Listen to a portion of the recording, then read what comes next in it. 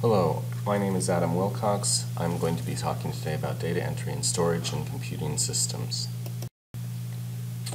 In this lecture, I'll be talking about data entry and storage. I'll first give some background about why some of the considerations I'll be discussing are important, and then I'm going to go through some examples of data storage representations to compare and contrast them. So in order to understand some of the issues around data entry and data storage, it's important first to understand kind of the paradigm shift that happens as we move from paper to electronic data. When we think about the paper record, it has certain advantages in that it's familiar, it's easy to read, it's easy to hold, and it's accessible. But when we really think about it, it also has some disadvantages as well. First, it gets lost a lot. It can only be stored as paper in one place, and we have to go where it is to see it. And unless we're actually looking at it, it's really very passive. There's no information that transmits from it out unless you're reading it. One of the other disadvantages is that it's so easy to produce paper that we produce much more than we ever use. There have been studies that have looked at, on average, how many pieces of paper documentation are created. So, for example, you have an observer will go into a clinical setting and watch in that setting how many pieces of paper are produced versus how many pieces of paper are accessed from previous visits. And these have shown that in some of these clinical offices, the clinical process produces up to 20 pieces of paper for every one that is accessed from these previous visits. Now, that's a lot. That means 20 pieces of paper are produced just for one, and just one of them is going to be accessed later. But this isn't just because of the paper itself. In other studies with computers, where computers were storing information passively, it was shown to be accessed at about the same rate. So in 2007, George Rubsack and others did a study where they looked at an emergency department, an electronic system that showed information available to the emergency doctors. And they found out this was all information from previous visits, and they looked at what % of this available data was even reviewed during the clinical care episode. They found that it was only accessed about 5 to 30% of the time, or just that 5 to 30% of the information was accessed. And that's when all it would take is just clicking a mouse to check that data. As we move to electronic systems, there are a lot of different advantages that are claimed, and the way that the systems are used is related to how these advantages are seen. So some advantages are that they decrease the cost of storage, since the storage cost for paper can be really high, and where you have whole rooms just devoted to medical records that keep growing because the records can't just get thrown away after a couple of years like financial or tax reports. It can also be easier to manage electronic records than it is to manage paper records. And then sometimes you can apply computing calculations to make the electronic documentation smarter, such as for billing or information retrieval or decision support. So why is this discussion important in a lecture about data entry and storage? Because this paradigm shift is related to these data entry and storage issues. It's sometimes easy to think about all we're really doing is making a paper system electronic, so it's just easier to store and manage the data. But these paper systems are optimized for putting data in. Now that makes sense because as we've shown, a lot more data is put in than taken out. But in an electronic system, if it really uses the benefits of information retrieval and decision support, it needs to be optimized for pulling the data out, because the data can be used many times. In fact, researchers that have studied this have modeled how often a piece of data stored would be retrieved for secondary use for decision support or information retrieval in an electronic system. And they found that the information would be retrieved 30 times over the lifetime of that piece of data. So in other words, 30 times for every time, for once it was restored. So think about that. On one hand, we have paper, which is 20 to 1 for storage and retrieval. And on the other side, we have electronic health records, which it's 1 to 30 for storage and retrieval. That's an amazing difference, more than 2 orders of magnitude. This is important to be thinking about through this lecture because I'm going to be talking about how data can be collected and stored in different ways that affect storage and retrieval efficiency. And it's important for you to know what the effects of different approaches to what would seem are really arbitrary decisions about how we store and how we access the data. At this point, an important term for you to know regarding clinical data storage is a repository. Now, a repository often means the same thing as a database, but really it's a place where all of the information is gathered. Steve Johnson in 1996 described it in some detail, and he said a repository has to meet the following two criteria. It has to establish a clear understanding of data that are relevant to the healthcare process and store it together. And it's not just store it, it actually has to represent the data effectively. And in a repository, you want to implement a database that performs efficiently for the patient care tasks. So it's representing and then storing and being able to retrieve the data efficiently. So often, as you'll see, a repository has data come from multiple sources that are gathered together in one place to be useful for clinical care. Now, in this lecture, I'll often be using the terms database and repository somewhat interchangeably because I'm talking specifically about a clinical database that's being used as a repository. But it's important for you to understand when people talk about a repository, usually they're talking about a clinical database where you gather data from multiple different sources. Now, an important part of a repository is how the data are actually represented. Usually, they're represented in a relational database that has different relational structures or tables that represent different clinical concepts. And there's a couple of ways to do it. One way is that you have, it's fully relational, where you have lots of tables that represent the different clinical concepts, and the meaning is in both in the column and the actual table. So you could have a table specifically for patient visits, and that table would have different columns that were related to visits, like a column for the patient, a column for the type of visit it was, or a column for the clinician, and a column for different observations that would be relevant to the visit. Another example is a radiology exam, where you could have columns again about the patient and the radiology tech, but you could also have the location of where the exam was taken, the type of exam, even columns for the specific findings. I've had some experience in looking at the back end of some of these electronic health records, and many do follow this relational design. For example, the GE Logician system has data stored directly as observations that are documented from data entry forms. GE Logician is the small office electronic health record from GE. Now, at New York Presbyterian, we use the Eclipse system, and we've looked at the back end there and the tables, and there's over 1,400 tables. Now, not all of these tables represent patient information. Some of them represent codes that are used in the storing of the data, so codes such as for different locations that can be added in, so they wouldn't all represent individual patient data. However, when you've got 1,400 tables, a lot of those.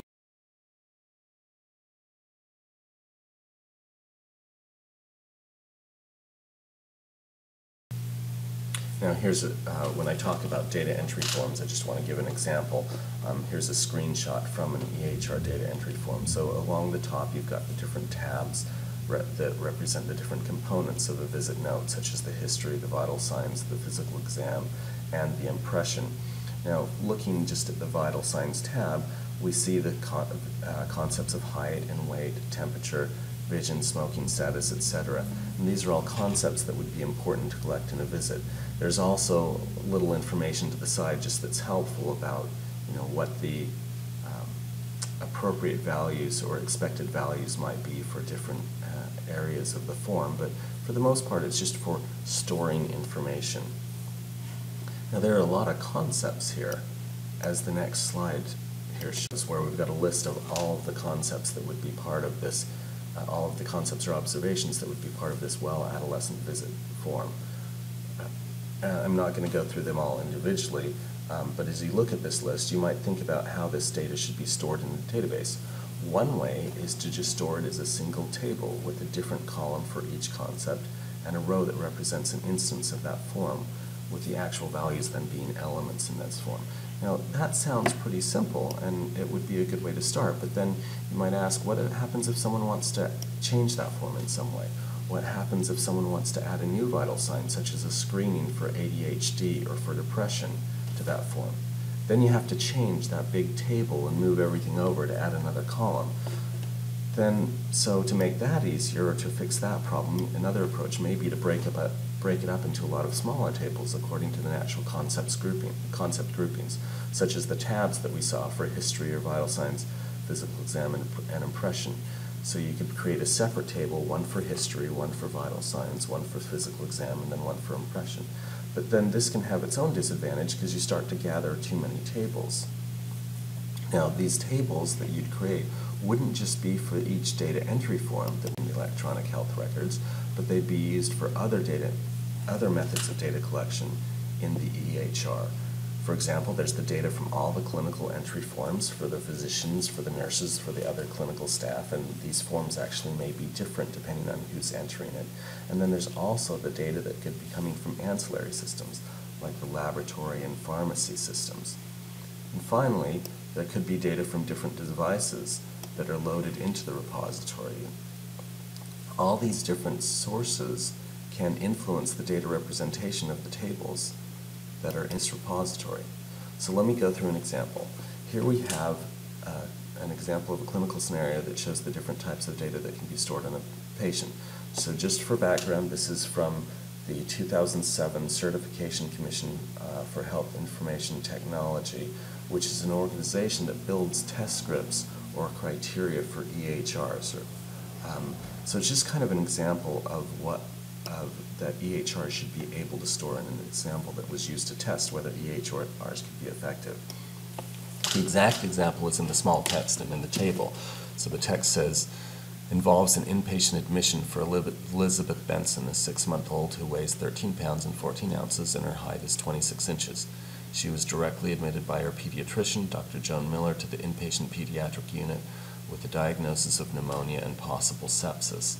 And then in the table, we have a bunch of laboratory and radiology test results, such as the blood tests for white blood count differential bands, and then radiology chest x-ray report. Now that's a pretty brief description, but there's a lot of data elements there. And when we try to represent that data using relational tables, we can see how really complicated it can get.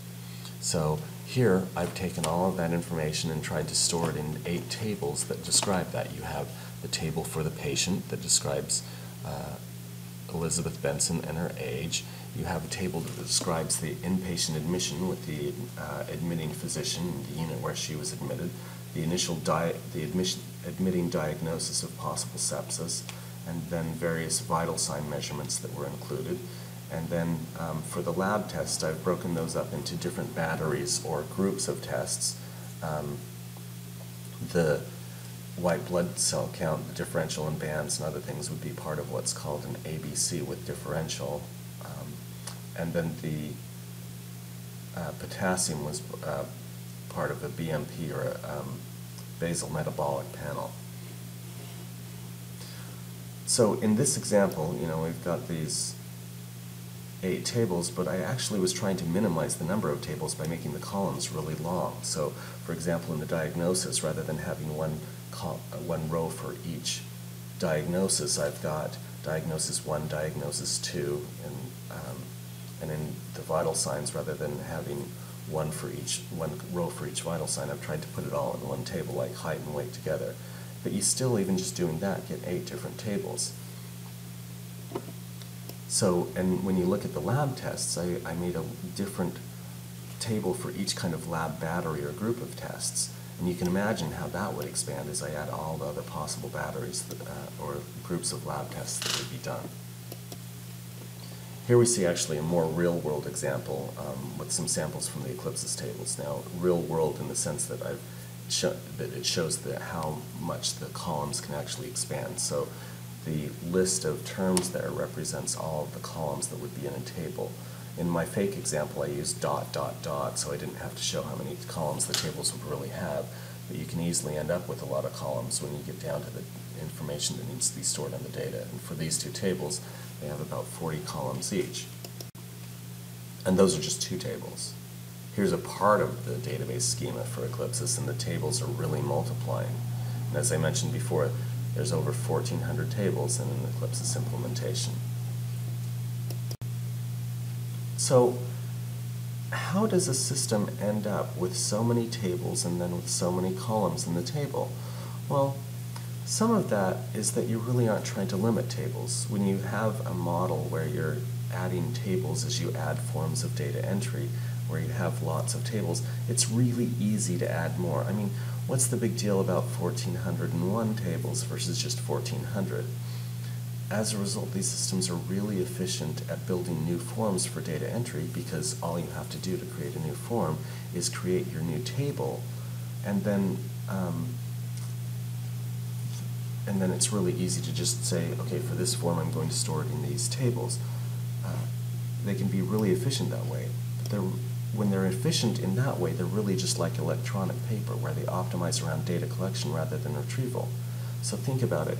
Once you've stored all of these tables in these different places, imagine that you want to try and find one concept that may be stored in multiple different forms. Maybe you're storing blood pressure, and in some cases that might be taken or documented by a physician, or some cases it might be documented by a nurse or even a medical assistant. If each of those individuals has a different form and each of those forms is represented by different tables, you're going to have to go through all of these different areas just to retrieve it. Now, this report of these multiple tables and optimizing towards storage is really common with systems that are initially intended to replace paper-based system and where their benefit is really just reducing storage space.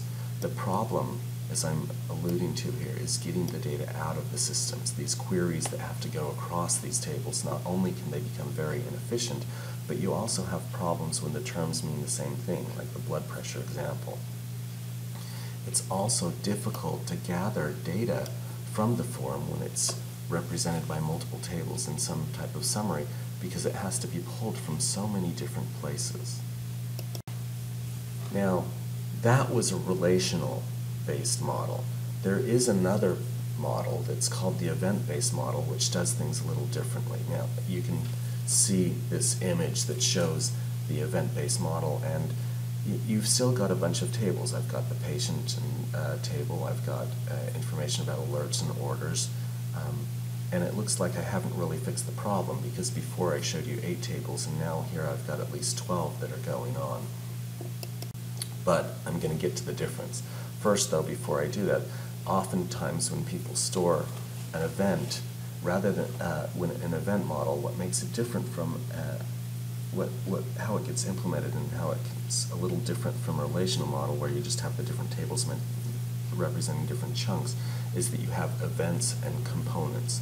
So you have an event of a lab test or event of a lab battery or a group of tests. And then that has different components that can be represented in rows, such as the actual values of the different tests.